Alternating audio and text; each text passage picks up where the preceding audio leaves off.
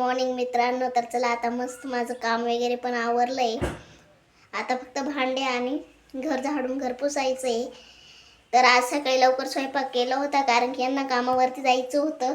हे कामावरती गेले पण आज एवढं अवघड घडलं की यांचं पॉकेटच पडून गेलं रस्त्यांनी कामावरती जाता जाता. त्यात एक ते सगळे डॉक्युमेंट होते. माझं आधार कार्ड कालपर्यंत माझ्याकडे होतं, रात्रीच त्यांना लागत होतं कंपनीत कशासाठी तरी, तर ते माझं आधार कार्ड पण घेऊन गेले होते. त्यांचे गाडीचे डॉक्युमेंट सगळं त्यामध्ये होतं. तर पाकिट सकाळी पडून गेलं जाताना, त्यामुळं ते परत तिथं जाऊन रिटर्न आले. कारण त्यांना वाटलं रस्त्याने सापडेल पडलेलं असेल तर, पण ते काही सापडलंच नाही. मग त्यानंतर ते घरी आले. मग घरी आल्यानंतर आहे ना, घरी पण शोधलं, घरी पण नव्हतं. त्यांना वाटलं घरी पडलेलं असेल. त्यानंतर ते मग सायखेडला गेले. मग त्यांनी बघितलं एक ठिकाणी, तर ते बोलले का 9 वाजेपर्यंत तुम्हाला कॉल येऊन जाईल का सापडेल म्हणे. नक्षत्र चांगलं होतं पडलं तेव्हा.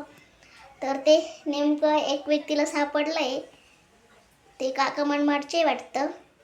ते इकडं काहीतरी म्हणजे गाडीने माल वगैरे वाहता वाटतं. त्यांना सापडलं आहे. त्यांचा कॉल आला होता, सापडलं आहे म्हणे, मी येताना आलो का तुला कॉल करतो म्हणे, मग तुमचं पॉकेट घेऊन जा.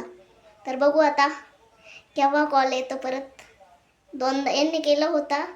तर आधी म्हणे नायगावला या, पण नंतर म्हणे मी ह्या साईडचा आहे, तर म्हणे मी याला चांदोरीला आल्यावरती कॉल करतो म्हणे, तर मग येऊन घेऊन जा. तर बघू आता केव्हा कॉल येतो, कॉलची वाट बघू. तर बघा बिचाऱ्यांनी दिलं तर किती त्यांचे आभार मानावं असं कमीच होईल. कारण की डॉक्युमेंट्स तयार करणे म्हणजे सोपं नाही.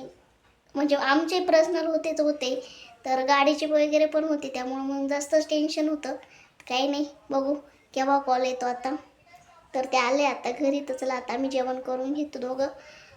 पप्पा गेले बाहेर, त्यांनी घेतलंय मस्त उन्हामध्ये जेवण करण्यासाठी, कारण की घरामध्ये खूप थंडी वाजती. तर चला आता वाजले 10.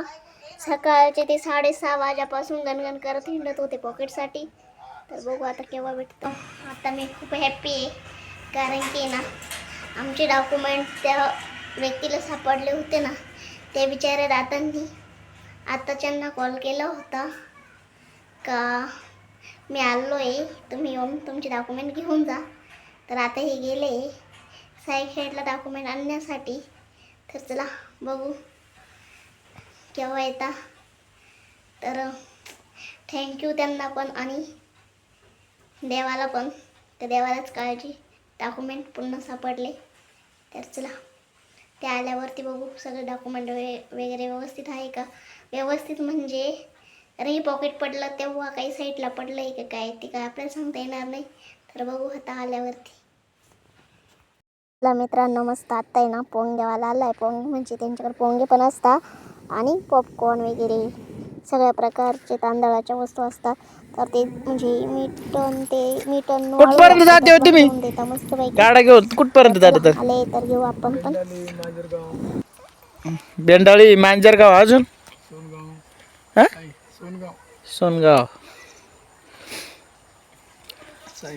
साईकडा. जास्त करून कुठं करीत आहे? बेंडाळीलाच. नाही करंजगाव, हां मेंढवाडा, बिंडाली, हां. परत ना पाणी पिपलगाव.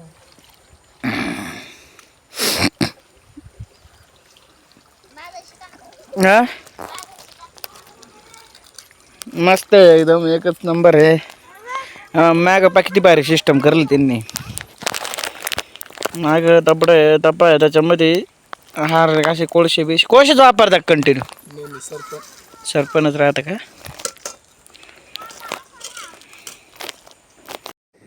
आता मस्त शेकोटी केली होती आम्ही. तर जाळापेक्षा आमचा कोळशांचा जाळ जास्त आहे, कारण की आमचा जाळ विजून गेला आहे. आम्ही मस्त लाकडं टाकले होते त्यामध्ये, त्यामुळं बघा किती मस्त आर पडला आहे. तर चला आता मस्त आरावरती शेकू.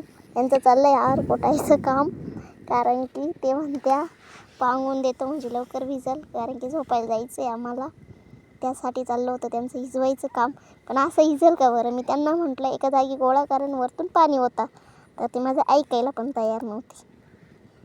तर बघा किती लाल लाल मस्तपैकी जाळ. चला मित्रांनो, मस्तपैकी जेवण वगैरे पण झालं, आमचं शेकून वगैरे पण झालंय. आता मस्तपैकी मला झोपायचं आहे. मस्त भांडे वगैरे आवरले, मस्तपैकी वालाच्या शेंगा आणि पोळ्या बनवल्या होत्या आणि भत्ता होता. त्यामुळं आता आमचे मस्त जेवण वगैरे झालं, भांडे आवरले, शेकून पण झालं. आता मस्तपैकी झोपून यायचंय. ओ, काही नका बोलू.